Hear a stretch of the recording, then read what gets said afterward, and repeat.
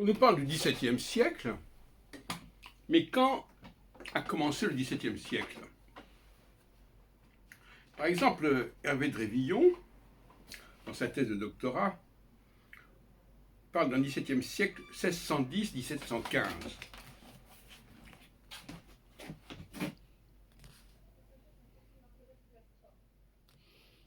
Moi, je préfère parler d'un XVIIe siècle qui commence en 1593-1594 et qui est d'ailleurs le début de la présence des Bourbons à la couronne de France, 1610 étant l'assassinat d'Henri IV, enfin il ne faudrait quand même pas oublier Henri IV, et la fin 1715, pourquoi pas, qui est la mort de Louis XIV, avec la régence qui suit pendant que Louis XV est encore trop jeune, le petit-fils ou l'arrière-petit-fils de Louis XIV. Et en incluant le règne d'Henri IV, et non seulement, on peut même commencer à 1589 avec la mort d'Henri III, qui fait d'Henri IV, Henri de Navarre, son successeur, et même à la limite en 1584, avec la mort du duc d'Alençon, qui est le dernier héritier des Valois, puisque Henri III n'a pas d'enfant.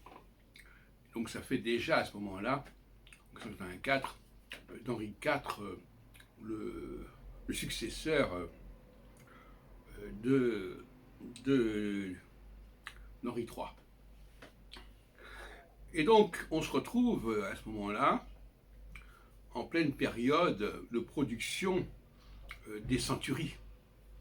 Puisque pour moi, les centuries n'ont pas été fabriquées avant, n'ont pas été réalisées avant 1584, et en réalité, on ne connaît d'édition que depuis 1588.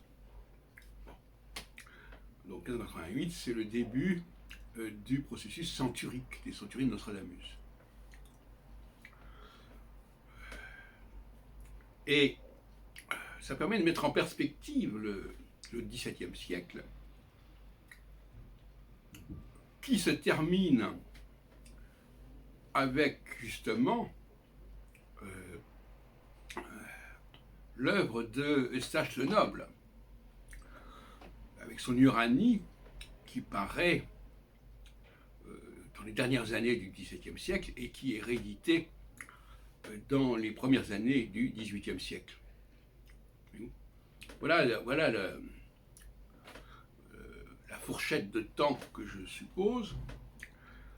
Et au milieu de cela, il y a évidemment le milieu du XVIIe siècle, les années 1640-1650, qui voit une astrologie d'expression française réapparaître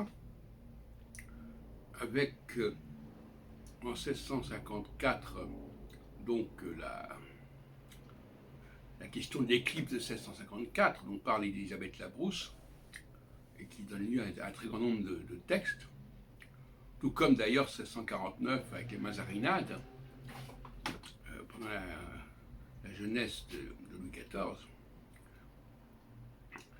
Et c'est aussi la période de grandes attaques contre l'astrologie, le tombeau de l'astrologie judiciaire de Jacques de Billy, et puis l'ouvrage du jésuite Jean-François,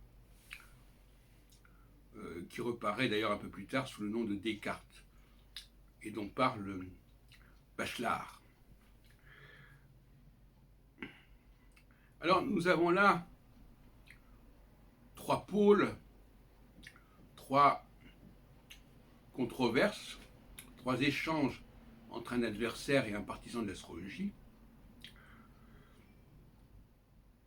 En tout cas, entre un astrologue et une personne qui n'appartient pas au monde astrologique.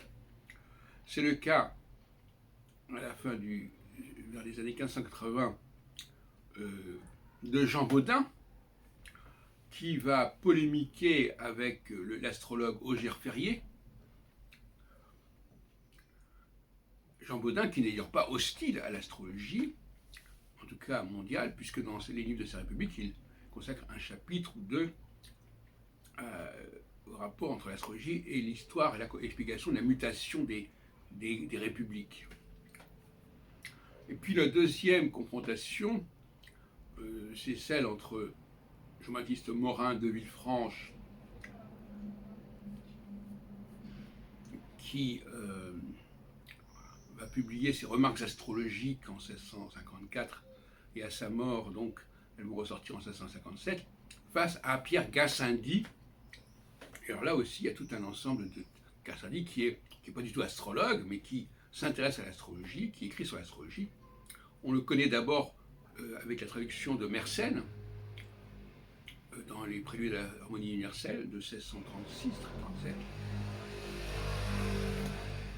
Et puis, le troisième temps, c'est ce que je viens de dire tout à l'heure, c'est le sage noble face à Pierre Bayle, dans ses pensées sur la comète et ses continuations sur les pensées sur la comète. Et c'est d'ailleurs par Pierre Bayle que j'ai été sur la piste de Le Noble. Voilà. Donc on a ces trois temps qui sont très contrastés, avec d'un côté la question nostradamique, centurique, qui est une forme d'anti-astrologie par certains côtés. Parce qu'on remplace l'argument astrologique, astronomique, par un argument poétique. Parce que finalement, les centuries, c'est avant tout un produit poétique. Et puis alors, il y a une résurgence, une renaissance de l'astrologie dans les années 1630-1650. Et il faut d'ailleurs continuer vers 1666, contrairement à ce qu'on peut croire.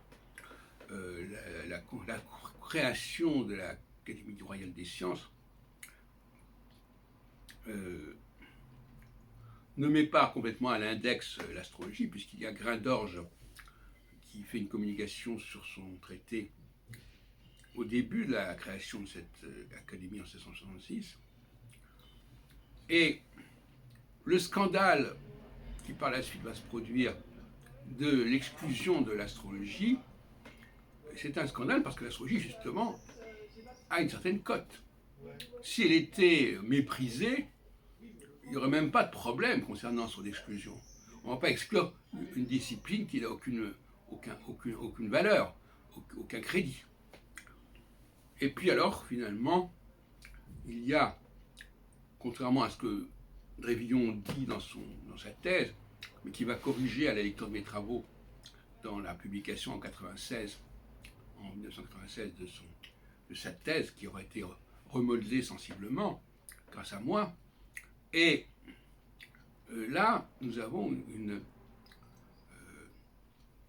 forme d'astrologie quand même assez puissante, avec aussi le comte de Boulainvilliers, même si ces textes à l'époque sont restés manuscrits, et puis tout un ensemble d'auteurs qui écrivent sur ces sujets. Mais, là encore, le fait que Bayle s'en prenne à Le Noble, au baron Saint-Georges, montre que l'astrologie n'est pas négligée, n'est pas négligeable.